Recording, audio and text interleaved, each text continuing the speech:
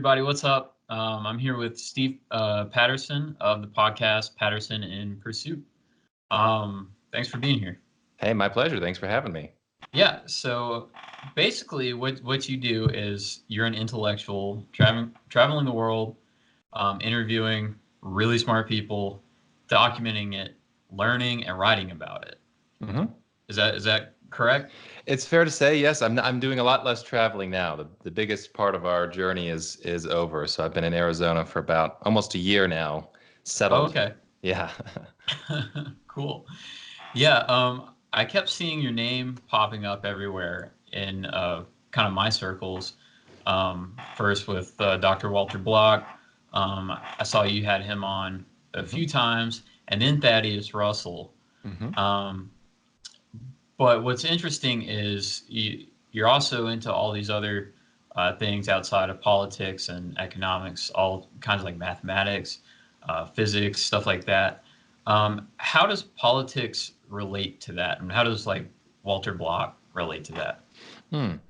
So I'd say that best answer is probably a story. So I was really interested in politics many years ago, and I discovered Ron Paul. I was a Ron Paul convert. I was like, oh man, wow, this guy's saying a lot of true things. I think this is really important. And so I dove pretty deep into libertarianism and political theory.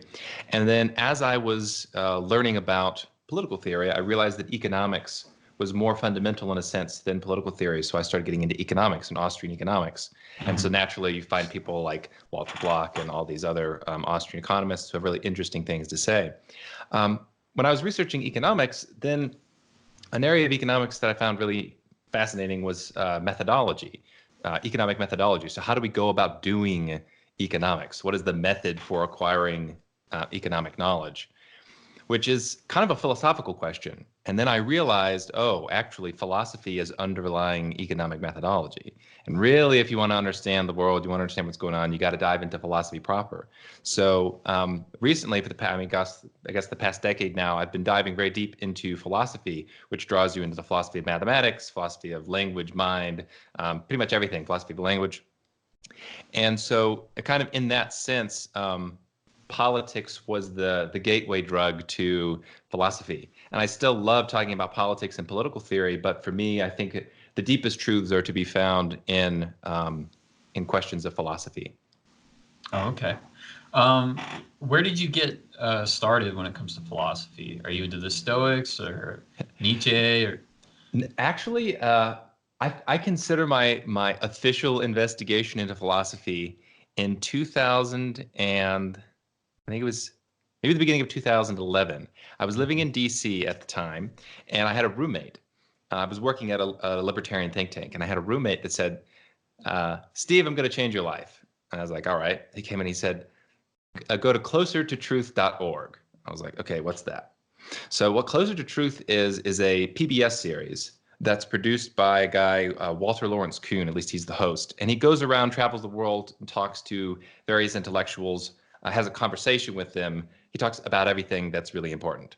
And their incredibly high quality production value, the intellectual value is fantastic. It's very Socratic question and answer to all of these Uh-huh. people, which I found very stimulating. And so it's really from that. I mean, the reason he brought that up is because I was in this libertarian think tank, and we were doing some training, and I had a bunch of colleagues, and I kept bothering them with philosophical questions. So, like for example, I remember we were talking about libertarianism, and everybody was really excited about libertarian ideas, and I was like, well, why are we doing this?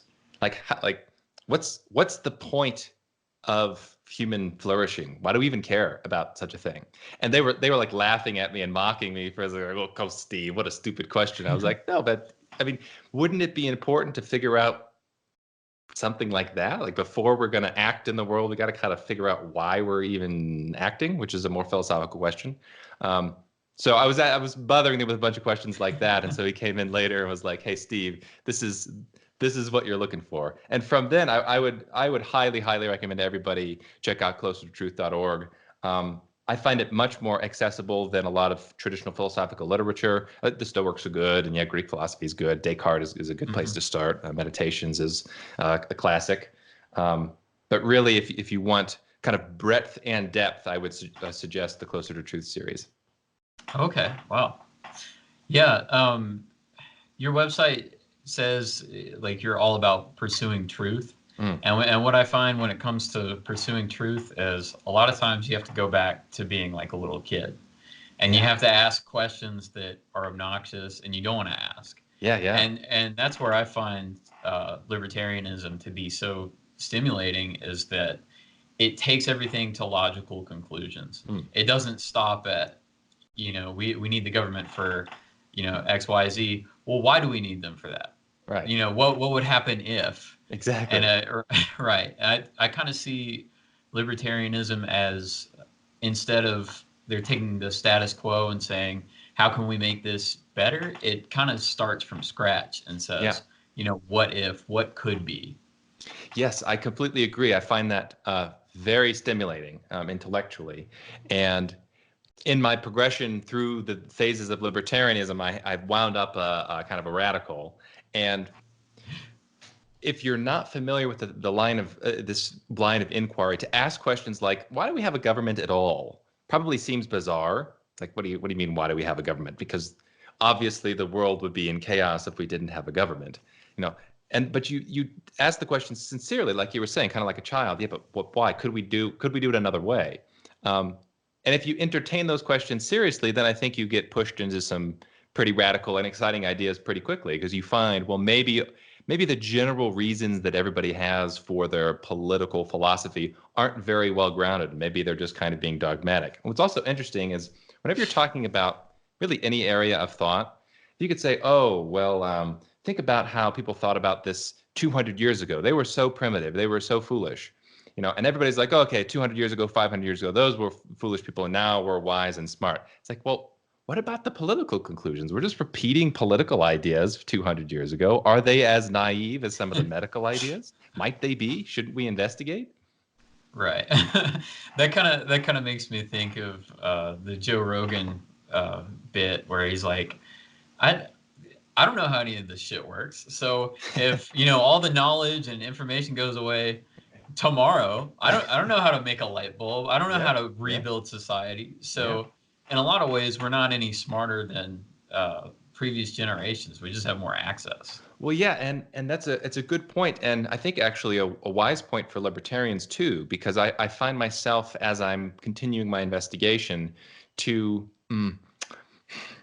to recognize that systems that are unjust and perhaps inefficient still have some merit. And like in my younger days, I was like, just screw the state, smash it all, and we're gonna restart it. And now I'm not. I don't necessarily think that would be a good idea on net. Even though a lot of these institutions are foolish and inefficient, I think the consequences of radical upheaval aren't. It's not self-evident that it would be very good. And I'm finding too, like a lot of people, a huge part of political theory that I had not examined is human psychology.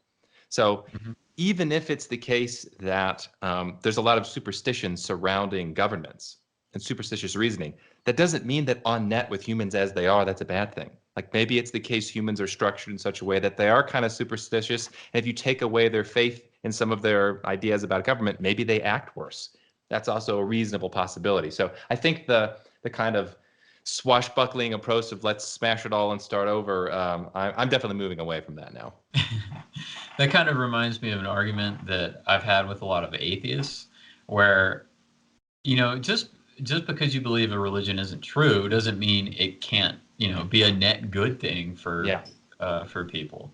yeah, And I think it's a little bit daunting when you realize that some things you're grown up believing are complete lies and yeah. propaganda. You like you said, you want to just erase the state immediately, but Yeah, yeah. I actually consider one of a really formative moment of my life was when uh, it was made clear to me that Santa Claus didn't exist. And I thought to myself, wait, wait, wait, wait, wait. Hang on a second. Everybody was lying to me for my entire life about this thing, and all of my friends thought the same thing. We were that foolish, and it doesn't exist. How is this possible? That was like the seed of philosophical doubt. That was only 3 years ago. No, that was in in my youth when I was growing up, but it really left a mark. I was deeply embarrassed by that. I was like, okay, I don't want this to happen again. I need to find a way to kind of figure out what the truth is, because clearly not only can everybody be wrong, all of my peers be wrong, but people who you otherwise trust, like your parents, can otherwise be intentionally lying to you, which is a rather disturbing thought. Right. Yeah. That's that's interesting that that stuck with you because yeah, I find with you know you might be the one out of 1,000 because most people so quickly forget that something they've been thinking forever can be a lie, and Yeah. that's one of the things I love when you find something that's true that you didn't know before. It makes things so much simpler Mm. because when there's deception, there's all sorts of just like systems and inefficiencies around it that I mean, they usually it seems to me that they just become unnecessary Mm. once you find out what the truth is. Yeah, so a couple notes on that. One, it's very, very hard to find out what the truth is. So if you do manage Yeah, to find out what the truth, it's something to be celebrated for sure, but constantly questioned, I would say. And two, this is also true. I don't know if this is how you mean it, but this is true in a personal sense that things that are untrue or more complicated. So back in the day, I used to be a liar. I used to be a horrible liar, and it was just kind of easy and convenient. But that's really complicated. It's really hard and complicated and a net loss. And if you start telling the truth and acting honestly, life is just a million times easier. You don't have to devote all those resources to remembering the yeah, stories that you've told various people. There's a funny. I think it's a. Well, I can't. There's a funny quote from Mark Twain on this topic, but I would butcher it if I tried to recall it accurately. But yeah, even personally, it's the pursuit of truth philosophically has helped me understand just how uh, um, superior an honest life is. Just an actual yeah. like in personal affairs, it's so much better way to do things. Better for relationships too. I've been married for several years, and it's like honesty is just kind of this essential part to have a good Oh, life. yeah. I I agree. Have you read the Ray Dalio Principles? Mm-mm. Okay. Um, yeah, his whole thing is just radical transparency. Um, well, the two main points of the book are radical transparency and radical open-mindedness. But Mm. going to the transparency for his investment firm, he would literally have baseball cards for every employee, and he had a very complicated system where the employees would rank each other on different skills, and so it would work. It was kind of interesting how it worked too, because you could rank a coworker in a particular skill, but if you were already ranked high in that skill, it was kind of weighted. So if you're good according to the system at one thing, Mm-hmm. you have more say over somebody else's Mm. skill. But he talked about how that was really uncomfortable, and everybody thought he was crazy when he introduced the idea. Mm. But after a while, you get used to it, and you kind of look for that feedback, and that's how you get Mm. just rapid improvements, and it makes things so much simpler. Yeah, I think if it coming at it from a more skeptical perspective, I would think, okay, well, what if there's a difference between those who are perceived as being Oh yeah, competent in a yeah, skill and yeah, those who yeah. are competent in a skill? Because I see that like I'm very critical of the modern academy, and so I see that all Mhm. the time. You have professionals, professional intellectuals, doctors, PhDs, professors rating each other, thinking that they're competent enough to rate each other's competence. And after investigating, I just don't think that's the case. I think there's a big difference between popularity of ideas, the success of a professor and a professional intellectual career, and the actual quality of the ideas. I think there's a big difference there. But maybe it doesn't translate. Maybe the intellectual side is different than like in a business setting. I'm not sure. I can't say.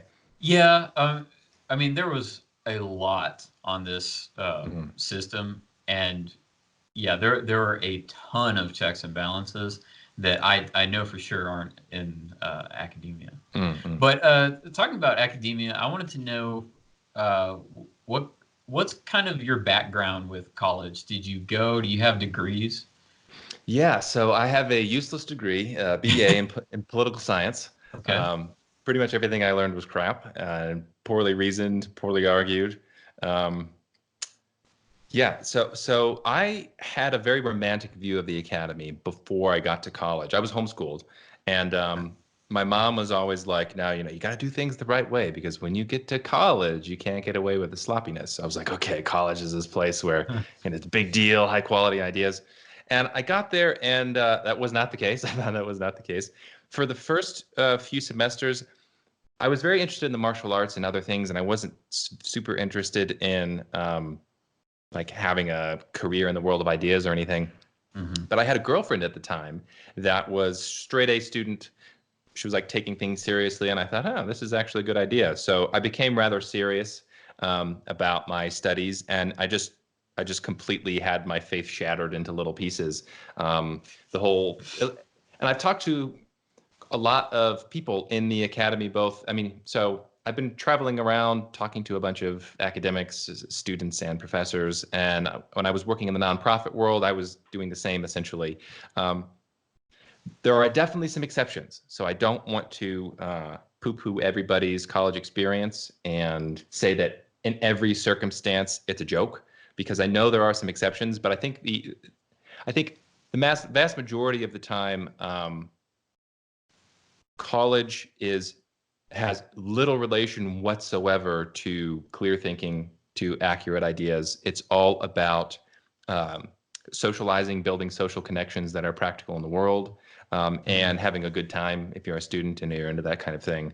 Um, there may be a couple of exceptions. Actually, to my surprise, I found that in terms of the quality of my conversations with professors, I thought I had a little interview series when I was at Harvard, and I was expecting it to be uh, inversely proportional with the prestige of the institution. So like you get to Harvard, and then these people are just vomiting, and like they can't put together a coherent thought because they think very poorly of the academy. I actually found that wasn't the case. I was very impressed by the quality of the conversations I had at Harvard and in Oxford. Those were maybe the two exceptions of all of the ones. So it might be that maybe if you get to the highest echelons, you can have serious intellectual conversation. But I think for most people, it's not where you should be if you're serious about the world of ideas. I think the existence of the internet is a total game changer for people that are really serious about the life of the mind. Yeah, definitely. Yeah, with the internet, I mean, you can just see all the connections laid out for you. Like, I mean, for example, of how I brought up, at the very beginning that you and Walter Block are connected. Hmm. That's a connection that without the internet, I personally would have never made, and I wouldn't have been able to experience the ideas that you're putting out, Absolutely. and all the great guests that you've had on that I've gone into investigate. And also, what happens is I can learn what, I can learn specifically where some people agree and disagree. It Yeah. gets very, very specific, to where, like you said, you're more practical now. You don't necessarily want to erase the state, you know, immediately. That might not be a net good thing. Whereas I know plenty of people that think differently about that. So I can Yeah. see specifically where you agree and disagree, Yeah. and it gets really fine tuned. Yeah, I think the internet is really a kind of a paradigm shift for the world of ideas. If you think about the access that your average mind or a good mind had prior to the printing press, it was very limited, right? You had to be Yeah. around books, you had to have libraries that are handwritten by scribes. I mean, it's like the chances of really becoming educated were very, very slim, just practically speaking. Then you had the printing press that changed a little bit, and then you still had to learn how to read and write, and there was a Hmm. long process. But the internet is kind of blows all of that out of the water. It's like everybody who has access to the internet has access to almost every book that's ever been written, pretty much for free, Right. which is that's insane when you kind of sit down and think about it. That's completely unprecedented, and it also, I think, renders obsolete a lot of the old institutions, because a lot universities made quite a lot of sense when you had libraries and you needed access to books, so you needed big libraries. People could get, like, physically get together, talk about ideas. But with the internet, I have access to all the information and access to not just an immediate network of connections at a university, but the whole world. I mean, I've had little bits of correspondence with literally the most prestigious philosophers in the world. I talked to John Searle and I interviewed John Searle, who's a big philosopher, and I interviewed in person. This is not this is a crazy story. So there's the most prestigious logician in the world. His name is Timothy Williamson. He's at Oxford, and just by emailing him and having a podcast, I was able to interview him in the inner sanctum, like the inner sanctuary area of Oxford. And then we went out to lunch and were served sauteed mushrooms by a butler talking about Zeno's paradoxes. Okay. Now, I'm some schmuck. I'm some guy on the internet that has a podcast that's interested and like has created this stuff. I have a little bit of a following, but to think I've like with my background, I went from there to being connected at such a high level and recording the conversation for all of posterity. Like when you step back and look at that, that's incredible. So I think we're going to see a completely new paradigm in the future for who the real intellectuals are and where they operate and how they can connect with each other without the middlemen. Yeah, this is well. I think one of the things that's definitely going to happen is there's going to be an even bigger gap in the wealth, in terms of wealth and just intellectually, because now it's all up to you. It's up to me. Yeah. What do I really want to do? Yeah. Do I want to, sit around and bitch on social media, or do I do I want to Yeah. watch 12 hours of porn, or do I want to learn a bunch of stuff? Yeah. And so I think a lot of people are going to get trapped, Yeah. and then some people are just going to become a rocket ship. Yeah, I totally agree. And I think the people are going to be able to go farther than ever before. I really do, because you Yeah. can also now not only do you have access, in addition to all the books, but all the lectures that are out there and all the YouTube video. I mean, YouTube is such an amazing resource if you know how to use it for learning. But you can also watch the videos at 2 times speed. So, I mean, Yeah. it's like this limitless fount of knowledge. The difficult part now is not the access to the knowledge, it's how to sift through it. It's like there's so much information out there that there's a lot of crap too, and just so you gotta, Yeah. it's really hard to filter out the signal from the noise. But I think if we can solve that problem, man, this is a very exciting time to be interested in ideas. And one more thing on that note, if I was in school still, and I was uh, trying to predict this future career path that I'm currently on, people would say, Steve, there's no way this could work, and nobody would take you seriously. And why would Timothy Williamson accept an interview with you? Like, you've taken 2 classes in philosophy. Like, what, this doesn't make any sense. But in the real world, in practice, it actually worked. Like, Yeah. all of those ideas are wrong. I've never once been asked to see my certification before interviewing anybody. Nobody's like, okay, well, can you send me a copy of your resume and your CV before we have an interview? Even people at the Yeah. very top level, if you send a good email and you've been able to produce stuff that they can consume that's high quality, people are totally down to talk with you, which is awesome. Yeah. That's one of the things about the Crash Your Career book, um, by Isaac Morehouse, that, I mean, it had so many good ideas for just reaching out and subverting the whole resume thing, anything. And so that's how I got this whole idea for the podcast. Is I'm learning all this stuff about politics, just political theory in general. Why not just reach out to some of the people Yeah. I like reading? And it is the ultimate excuse to just talk to cool people. I've had so many Yeah, cool pretty experiences much. already Yeah. talking to, and I was just sitting there like, what if I could just have a conversation with this guy? So just Yeah. send him an email. It's really Yeah. that simple. Yeah. And in terms of like work too, I after reading the book, I was just like, okay, I'm hold on. That's all right. That That's actually what I felt. recently happened to me as well. Really? Yeah, I had to change to a boom mic because my little desk clip broke. It's funny. I'll keep it.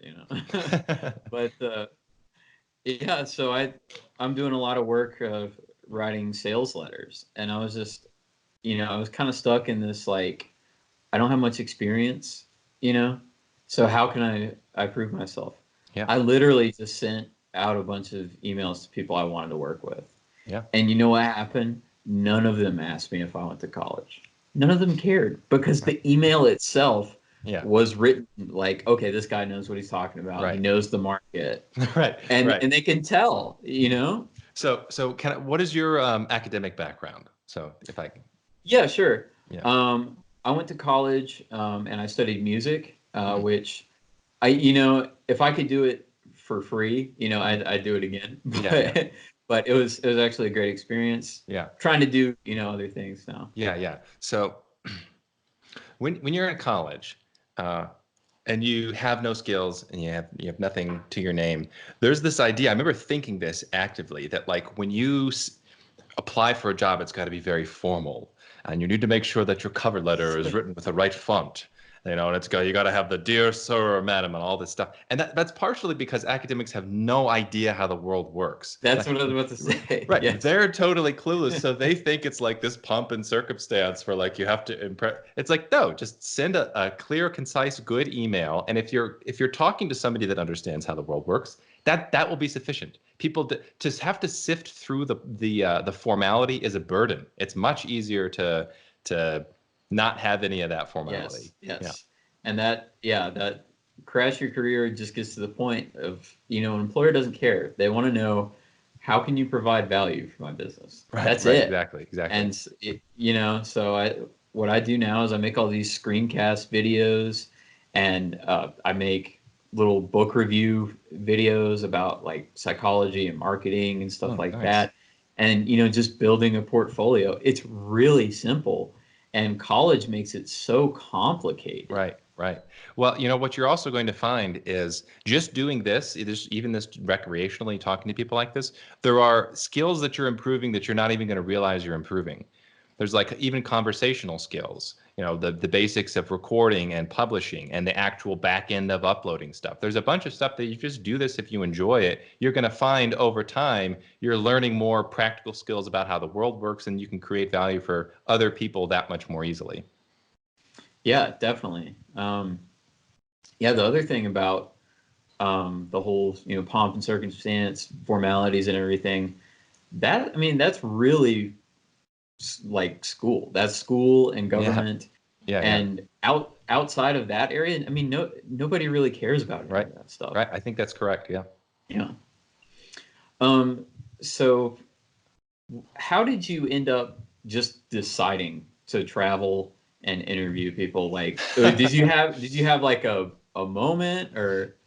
It's a scheme. I'll tell you the story. So, hmm. Okay. So maybe 2013, I'm going to get the dates wrong, but in a very short Okay. period of time, my mother passed away from breast cancer. My father had a sudden heart attack. My father-in-law, my wife's father, had a heart attack. We lost two grandparents. We lost five of our close family members in like a That's short period of awful. time. Yeah, it was Yeah. terrible. It was terrible. And we kind of decided, okay, most people do their traveling after they're retired. Like, I'm going to do the career thing and I'm going to travel. But for us, it was like, okay, we have bad genes, so I don't know if we're going to drop dead in 10 years. I want the traveling experience, and she wants the traveling experience. Why don't we try to make it work now, like before we die? uh, Okay.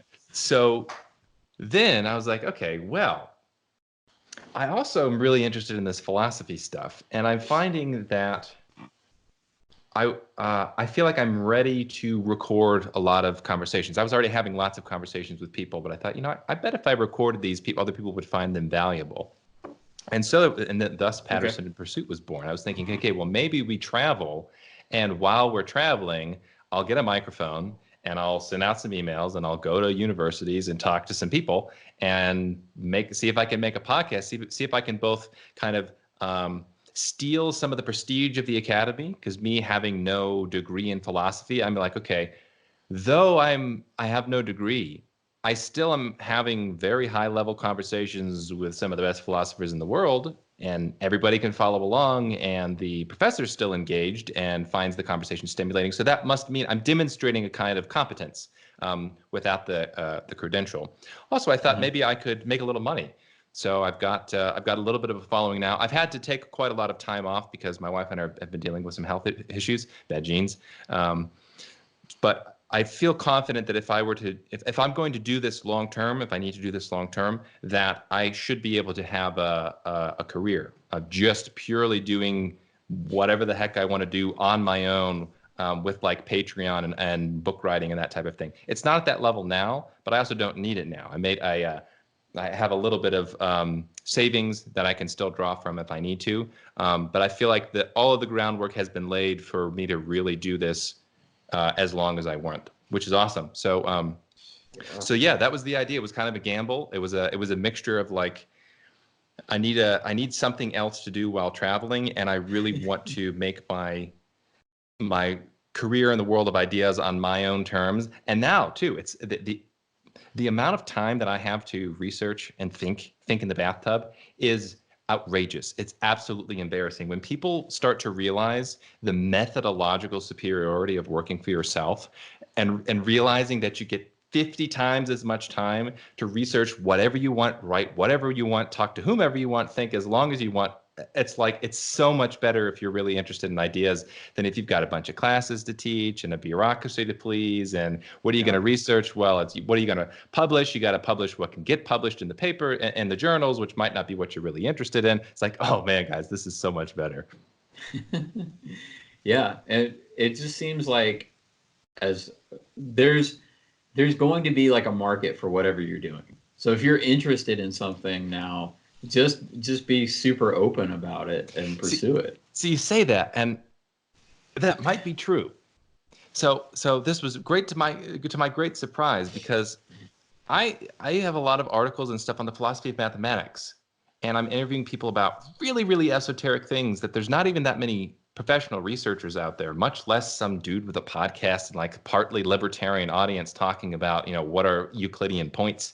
And I was not sure if beforehand that was going to be successful at all. But to my surprise, I think you're right. I do think if you're genuinely interested in something, it's for some reason. And if you can communicate the ideas and why they're important, other people, even if they don't know anything about the subject matter, will still find it interesting, which just makes it that much cooler to be able to investigate what you want. Because it's like, hey, if I'm interested in this for some reason, you probably can be too. And if you're not yet, listen to why these ideas are interesting, and Right. you might become interested. Yeah. And I love it because, growing up, I'm always the guy that has just weird interests. And Yeah. then you're like, okay, is there a market for my interests? Okay, there is. And Yeah. what's even crazier is there are weirder interests out Yeah. there. Yeah. So you never feel weird because there's always somebody that wants to connect with you on the same ideas. Yeah, yeah, and if you were in a class, they'd be like, "Well, do market research about how big the market is for the philosophy of mathematics in your target demographic." It's like, it doesn't exist. I have no idea how we would even do that research. I'm just interested in the ideas. I'm going to hit the record button, and we're going to see what happens. That's a Right. better Yeah. way of doing things. Yeah. So you started traveling and doing all this in Mhm. 2013, is that right? No, that's when people started dying. Oh, okay. I think Patterson in Pursuit was 2015, I think, 4 years ago, something like that. Okay. Yeah, Who's the first person you interviewed? I actually went back. I thought it would be appropriate to start the journey with a philosophy professor at my alma mater. There was Okay. This was actually a really interesting story. So, um, a part of the reason I wanted to talk with academics, at least a lot of academics, is to actually demonstrate how bad many of their ideas are. That doesn't sound very nice, but it's true. It was a kind of an explicit mode. It's like, look, I'm actually going to record these foolish ideas for posterity's sake, and be like, this is the quality of thinking at present right now. How did this happen? People listening, let's not make this mistake in the future once hopefully the modern academy implodes or changes radically. So that was part of my motivation. And his, so there was a professor, a philosophy professor, who I really personally liked. His name was Dr. Imrus Westacott at Alfred University, where I got my degree. And he was a British guy, just very sweet, but I thought rather foolish. And the reason I thought he was foolish is because he was a relativist. He was a hardcore relativist. There is no Okay. such thing as objective truth. Everything is relative, blah, blah, blah. And to me, that's rather low-hanging fruit, because to say that everything is relative is itself an objective claim. So you got to have Right. some access, even if it's limited access, you got to have some access to objective truth. So I thought this would be a great first person to talk with. It's a professor, it's at my alma mater, it's the beginning of Patterson Pursuit, and we're going to talk about some very basic ideas as their objective truth. Yep. And we're going to record the arguments of a relativist. To my great surprise and delight, he actually changed his mind after, not as a result of our conversation, after Uh-huh. like 40 years or something, 30 years of being, he called himself a dyed in the wool relativist. And while I was there, he was a relativist. And the time that I left from the time I interviewed him, he actually thought, I actually think there is objective truth. We can know some things like the cogito ergo sum. I think, therefore I am. Experience is happening. Consciousness is taking place, and I know it. And I was like, wow, that's a wonderful surprise. So the first Wow. interview was with that guy, and yeah, he changed his mind. So we actually agreed on quite a lot. 40 years. Yeah, 30. It was like 30 That's or 40 years.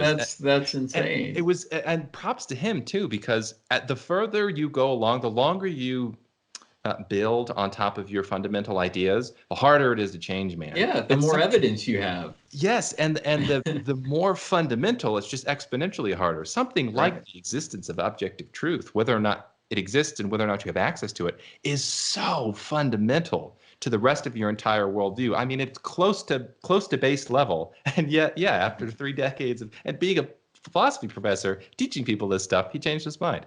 So, props to Emrys. I'm interested in how people become libertarian, Yeah. especially when they're like ANCAPs like me, because I grew up kind of like neoconservative. Hmm.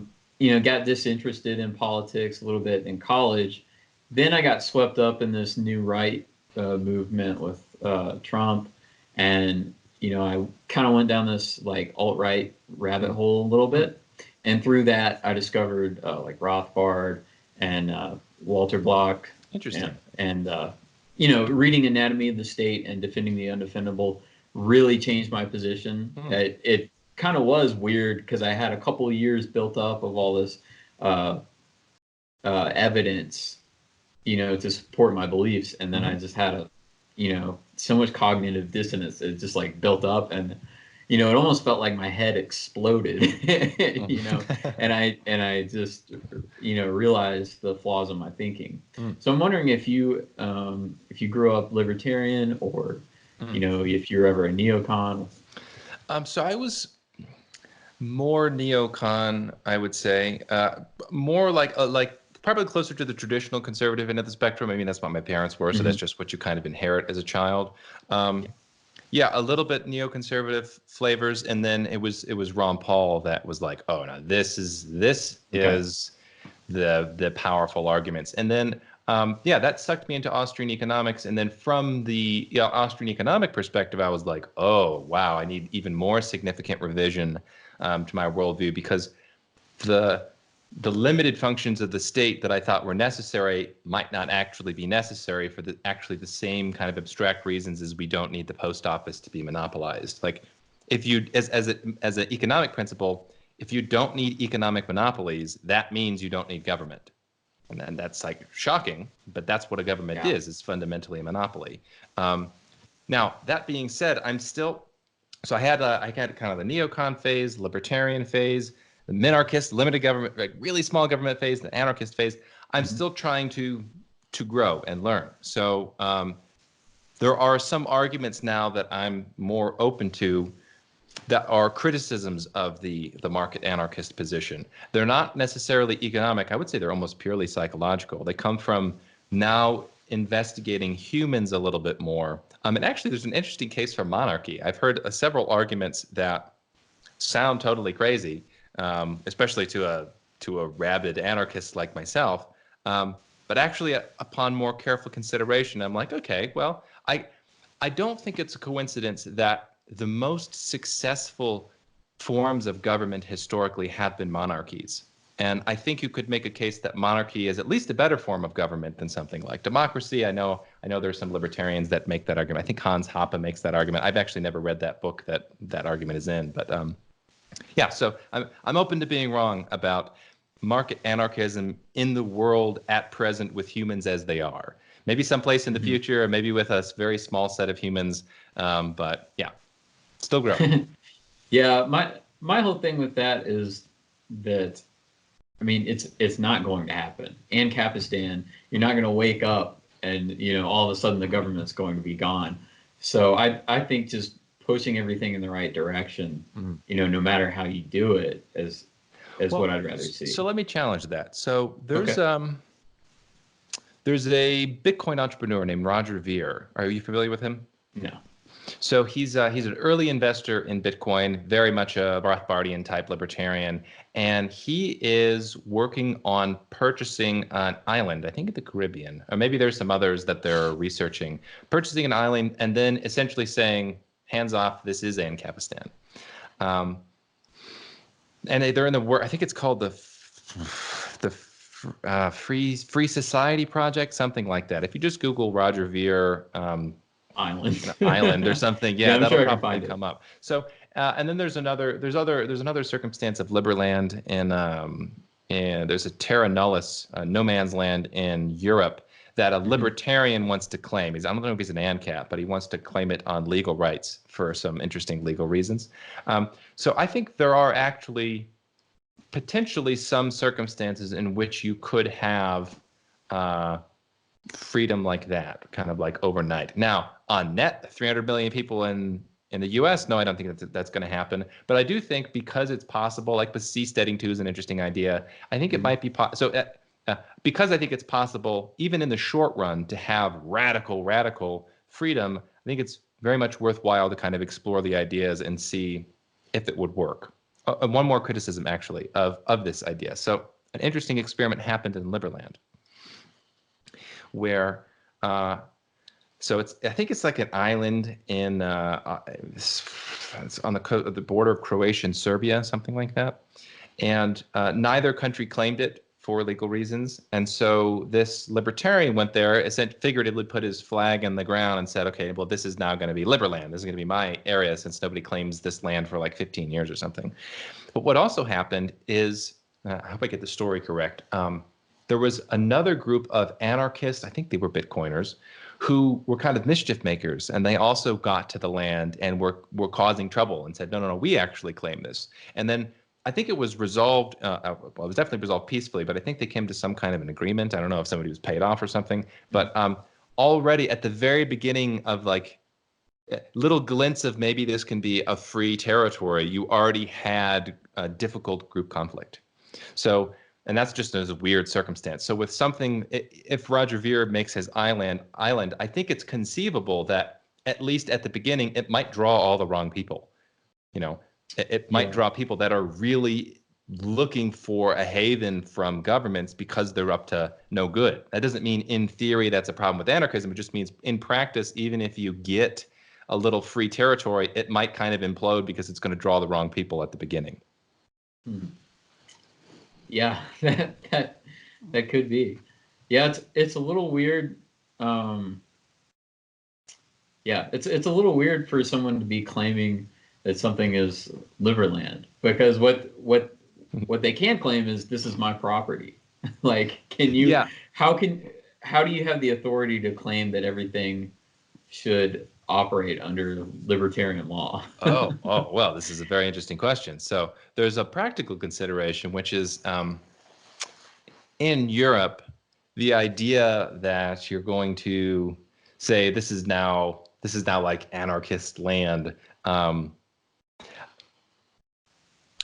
it makes sense that the way he went about it was he's trying to go the legal road. Like he's actually got connections with ambassadors in various countries and stuff. So he's trying to Hmm. do it like the official way that would be recognized. Planting your flag is the Right. official way that's recognized of claiming territory. And then he wants it to be like minimal state. So it's like, oh, we're going to be official, but you're going to have a lot of freedom here. But there's actually a much deeper philosophical question, which is in fact, how do you justify the existence of property in the first place? Like, who are you to say that there's some area of Earth which is now yours because you've done something to it? Where do you get that concept from? We don't have to go into that, but it's a Mm. difficult question. Yeah, I haven't really considered that one. It's just I don't know. It just seems like a it's it's just inherent in what we do. Like So it's just describing, so how things work. so imagine you do that. You've got your piece of territory, and then I just walk on it and take, you've got an apple tree on your property, and I just take the apples. Then we could just describe what happened in saying, well, I took the apples, so apparently they're not yours. One more thing Yeah. on that. There's I think he's a Russian philosopher, Russian anarchist, a left-wing anarchist philosopher named something Proudhon, I think was his name. Okay. And he had a famous quote that he said, all property is theft. And the idea was that everybody has equal right to the earth, to all of the land. Now, you may disagree with that. I certainly disagree with it. But it's not so straightforward why that is wrong. I think the kind of fundamental justification for property rights actually probably comes from practicality's sake. It's like, look, if we adopt these conventions, we have peace, we have prosperity, and we don't have people like stealing from each other all the time. Yeah, these are the sort of questions that will make you a relativist. Yeah. You're just like, man, I don't know. So maybe if I have more free time, like Yeah. I'll just But last thing on that though, there's a difference between I don't know and we can't know in principle, and there is no truth. So just because it might be a difficult question and we might not know is a very different claim than saying there is no answer, which would be the relativist position. Yeah, that is true. So there is truth. I just don't have time to figure it out most Fair of the enough. time. Yeah, so I just want to ask you one last question. Sure. Let's say you're God, Hmm. and you can make everybody read and understand one book on a Oh deep, my. fundamental level in the way that you understand it. What book do you pick and It's why? called Square One: The Foundations of Knowledge, written by Steve Patterson. I'm waiting Actually, on somebody to pick their own book. So. okay. Well, I'm going to commit to that one. And the reason All right. being, because it's very short, and I call it the foundations of knowledge because it is the most fundamental questions I think that there are, which is, does truth exist? Can we have access to any objective truth, or is everything relative? And an additional question, can we be certain about anything? Are there any truths not only that we have access to that we can be certain of their accuracy, which gets you into questions about the relationship between logic and all of existence. And I have a phrase in there which is kind of a, I don't know, a fundamental phrase in my worldview, that logic and existence are inseparable. And I make the case that logic and existence are inseparable. And I think when I personally discovered that, it was completely life changing for me, and like is just driving all of my behavior, and is the most important phrase in my philosophy, in my own conceptual system. So the reason I wrote the book is because I want everybody to have that same understanding and insight. So if I could force anybody to read it, like that's the one it would be. I And guess that's why you wrote it. Yeah. yeah, right. It's very short too. So if anybody's interested, you can pick up. It's short and cheap. You can pick up a copy for like $10, a paperback for like $10. It's a very short read. Okay. Yeah. Do you have that on the website? Yeah. Okay, great. Yeah. Everybody go out and get a copy of Steve's book. All right.